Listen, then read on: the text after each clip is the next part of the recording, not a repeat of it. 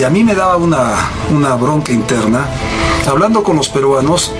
Entonces yo estaba hablando con los representantes del Perú, los representantes de Chile. Y le digo al peruano, ¿cuánto haces en minería al año? Y el peruano me dice, 50.000 millones de dólares al año.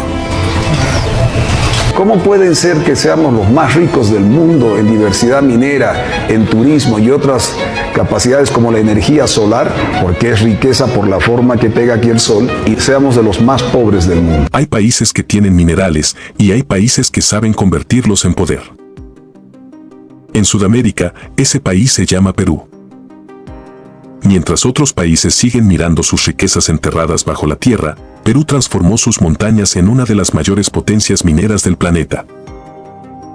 El cobre peruano moviendo industrias en Asia. El oro peruano circulando en los mercados globales. Inversiones gigantes que han convertido a Perú en uno de los pilares mineros del mundo. Y mientras eso ocurre, en Bolivia, su presidente Rodrigo Paz enfrenta una realidad incómoda, un país lleno de recursos, pero marcado por décadas de errores políticos que dejaron su riqueza atrapada bajo tierra. Dos países. La misma cordillera de los Andes. Pero dos destinos completamente diferentes. Uno convirtió sus montañas en orgullo nacional y motor económico. El otro todavía se pregunta por qué su riqueza nunca se transformó en prosperidad. ¿Qué hizo Perú que otros países ricos en minerales no supieron hacer?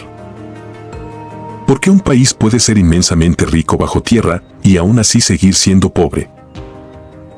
Y también explica por qué hoy millones de peruanos pueden mirar sus montañas con orgullo. Quédate hasta el final porque veremos las decisiones, estrategias y errores históricos que explican por qué Perú logró convertirse en un gigante minero mientras otros países con minerales similares siguen esperando su oportunidad. Y dime en los comentarios, ¿crees que Perú ya es la gran potencia minera de Sudamérica o apenas está comenzando su verdadero potencial? 10 curiosidades sobre la riqueza minera en Sudamérica. 1. Sudamérica posee una de las mayores concentraciones minerales del planeta. La región andina es una auténtica columna vertebral mineral del mundo. En especial, cobre, plata, oro, litio, estaño, molibdeno.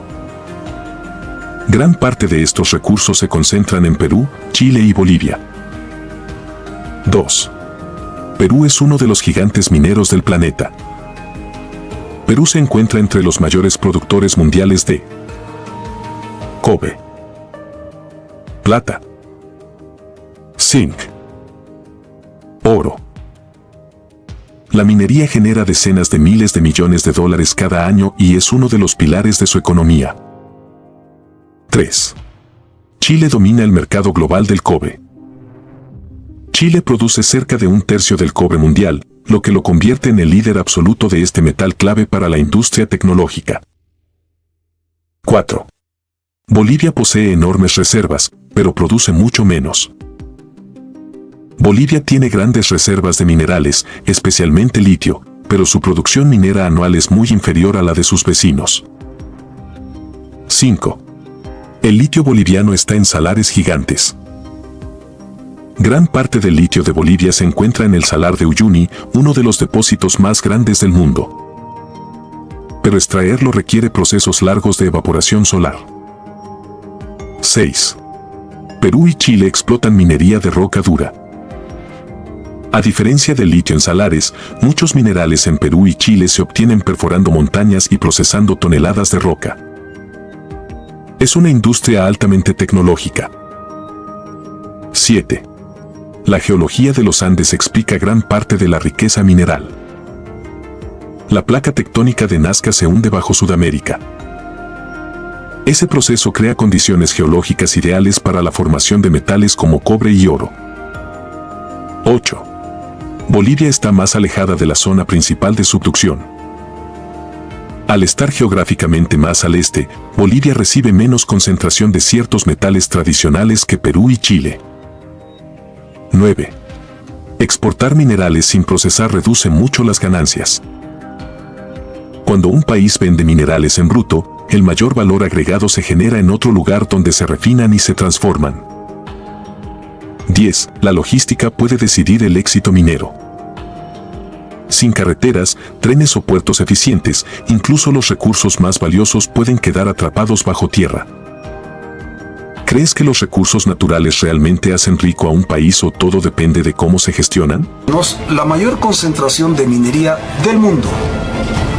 Del mundo. No estoy hablando de Sudamérica. Del mundo, minería diversa. No estoy hablando de tierras raras que ahora están muy de moda. No. Del mundo, minería. Está entre Perú, Bolivia y Chile. De esos tres países que hacen la mayor concentración de minería diversa, creo que hay 36 tipos de minerales, o 37 y Bolivia tiene 35. De esos tres países, Bolivia es el que mayor abundancia, reservas tiene. El debate que encendió la discusión.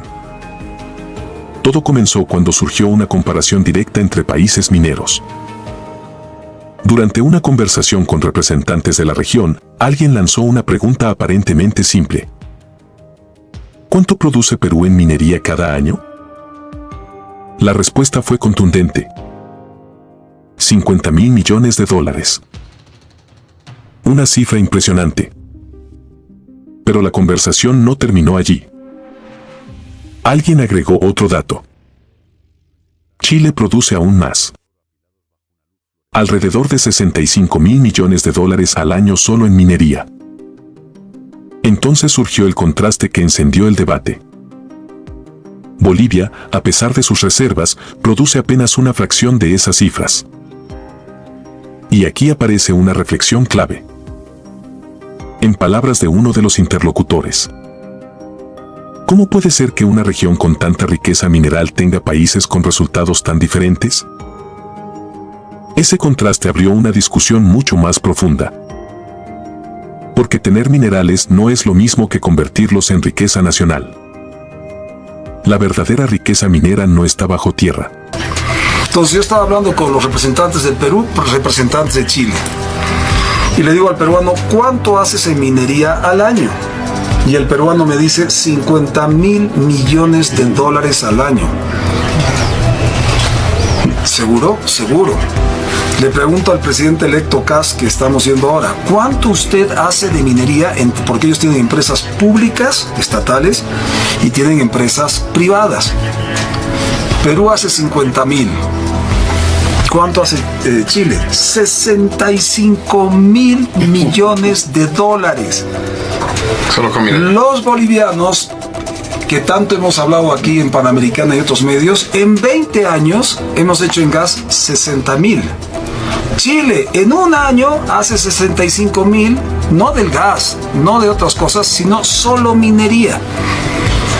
Y entonces los tipos me dicen, pero lo peor de todo es que Bolivia es el más rico de todos porque en Bolivia se concentra la mayor cantidad de minería entre los tres países.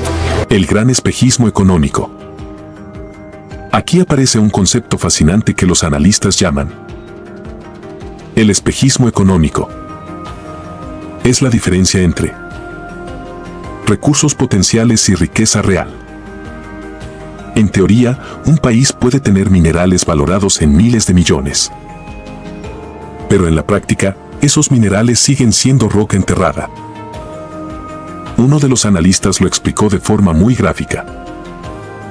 Evaluar la riqueza de un país no es como entrar en una bóveda bancaria y contar lingotes de oro. Porque esos metales están enterrados, mezclados con toneladas de roca, a kilómetros de profundidad. Y extraerlos puede costar miles de millones de dólares. La diferencia entre tener minerales y tener industria.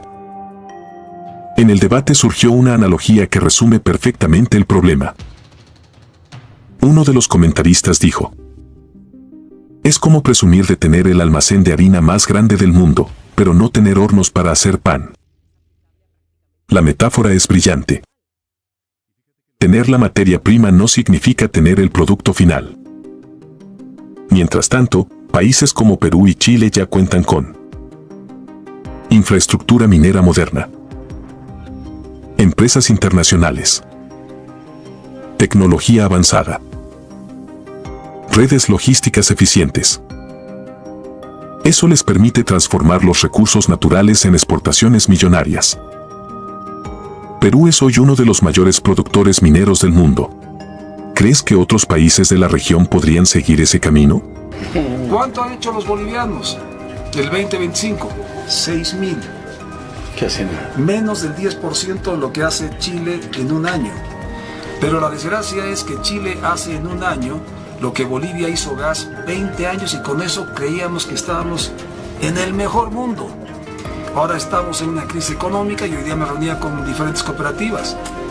O sea, compadres, si nos sentamos para hacer plata, ¿por qué Potosí tiene que ser de las regiones más pobres y tiene tanta riqueza? No solo en minerales, evaporíticos, pero además tiene algo que es extraordinario, sol. Solo con energía eólica. Entonces, ¿por qué no nos sentamos a hacer plata? O sea, el Estado no se mete a hacer plata. El Estado te va a ayudar a hacer plata. Tú eres rico, volvete rico. No es pecado, no es pecado. Les preguntaba, oiga, si usted es cooperativa, ¿es pecado ser rico? Porque si es pecado ser rico, entonces no trabajemos en Bolivia. Porque vamos a generar riqueza. No es pecado hacer riqueza honesta. Otra cosa es robar la plata. Es otra cosa. La geología también decide el destino. Otra parte fascinante del debate surgió cuando algunos usuarios explicaron la geología detrás de la riqueza minera. Uno de ellos señaló algo clave. Gran parte de los grandes yacimientos de cobre se formaron por la subducción de la placa de Nazca. Ese proceso tectónico genera presión, calor, fluidos ricos en minerales. Y así se forman los grandes depósitos metálicos de los Andes. Pero la ubicación geográfica también influye. Perú y Chile están más cerca de esa zona de actividad geológica intensa.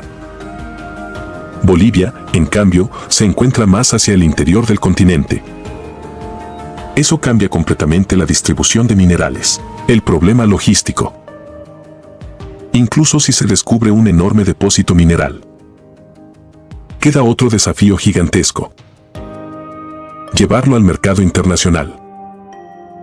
Uno de los analistas lo resumió así: una piedra con mineral en medio de la montaña no vale nada si no llega a un comprador. La minería moderna requiere trenes de carga, puertos, carreteras industriales, plantas de procesamiento. Países como Perú han invertido enormemente en estas redes logísticas. Un ejemplo reciente es el megapuerto de Chancay, que podría convertirse en una puerta directa hacia los mercados asiáticos. El problema logístico. Incluso si se descubre un enorme depósito mineral, queda otro desafío gigantesco: llevarlo al mercado internacional. Uno de los analistas lo resumió así: una piedra con mineral en medio de la montaña no vale nada si no llega a un comprador. La minería moderna requiere trenes de carga, puertos, carreteras industriales, plantas de procesamiento. Países como Perú han invertido enormemente en estas redes logísticas. Un ejemplo reciente es el megapuerto de Chancay, que podría convertirse en una puerta directa hacia los mercados asiáticos. ¿Cómo pueden ser que seamos los más ricos del mundo en diversidad minera, en turismo y otras capacidades como la energía solar, porque es riqueza por la forma que pega aquí el sol, y seamos de los más pobres del mundo? No tiene sentido. Algo no está bien. O nuestra dirigencia no está hablando con claridad, o no estamos acordando de buena manera, o hay intereses que no quieren que Bolivia resuelva ese sentido de la cultura de la confianza. Tecnología versus extracción artesanal. La diferencia tecnológica también es enorme. En algunas minas modernas de Chile, por ejemplo, operan camiones autónomos gigantes, sensores satelitales, plantas automatizadas. Algunos de estos camiones mueven cientos de toneladas de roca por viaje. Es una industria altamente sofisticada. Comparada con eso, la minería artesanal con picos y palas no puede competir en productividad. Perú extrae miles de millones en minerales cada año, pero no todos los países con recursos logran lo mismo. El factor geopolítico. La minería no es solo economía. También es geopolítica. Los minerales estratégicos son esenciales para tecnología, energías renovables, industria militar, inteligencia artificial. Por eso, países como Perú se han convertido en actores fundamentales en el mercado global. Sus exportaciones minerales alimentan industrias en China, Estados Unidos, Europa. El debate social. Cuando las promesas de riqueza no se cumplen, aparece la frustración social. En redes sociales surgieron comentarios cargados de ironía. Algunos usuarios bromeaban diciendo: tal vez ganaríamos más exportando danzas folclóricas que minerales. Aunque suene humorístico, la crítica es profunda. Refleja una sensación colectiva: la riqueza potencial no siempre se convierte en bienestar real. La gran pregunta. Entonces llegamos al núcleo del problema. La verdadera riqueza de un país no depende solo de lo que hay bajo tierra. Depende de instituciones, tecnología, infraestructura, inversión, estabilidad política. Los minerales son solo el comienzo de la historia. El problema no es tener minerales, es convertirlos en prosperidad. La historia minera de Sudamérica revela una paradoja fascinante. En una misma región encontramos algunos de los mayores depósitos minerales del planeta y economías con resultados completamente distintos. Mientras Perú se consolida como uno de los mayores proveedores mineros del mundo, con exportaciones que alimentan industrias en todos los continentes, otros países como Bolivia siguen enfrentando el desafío de convertir su enorme potencial geológico en prosperidad tangible para su población, y esa es la verdadera lección de esta historia. Los recursos naturales no garantizan riqueza. Lo que realmente transforma un país es cómo decide utilizarlos. Lo que realmente transforma a un país es cómo gestiona sus recursos, qué instituciones construye, qué infraestructura desarrolla y qué decisiones toma para el futuro. Porque tener minerales bajo tierra es solo el comienzo de la historia. La verdadera riqueza empieza cuando un país logra convertir esos recursos en desarrollo real. Pero ahora la pregunta queda abierta y queremos escuchar tu opinión. Cuéntanos en los comentarios. ¿Por qué crees que algunos países ricos en recursos naturales siguen siendo pobres? ¿Crees que la minería puede ser la clave del desarrollo para países de Sudamérica? ¿Qué debería hacerse para que la riqueza mineral beneficie realmente a la población? Te leemos en los comentarios. Tus ideas pueden abrir un debate muy interesante. Y si te gustan este tipo de análisis sobre economía, historia y geopolítica de nuestra región, dale me gusta al video. Compártelo con alguien que disfrute estos temas. Y suscríbete al canal para no perderte los próximos análisis. Porque a veces, las historias más sorprendentes del mundo están justo debajo de nuestros pies.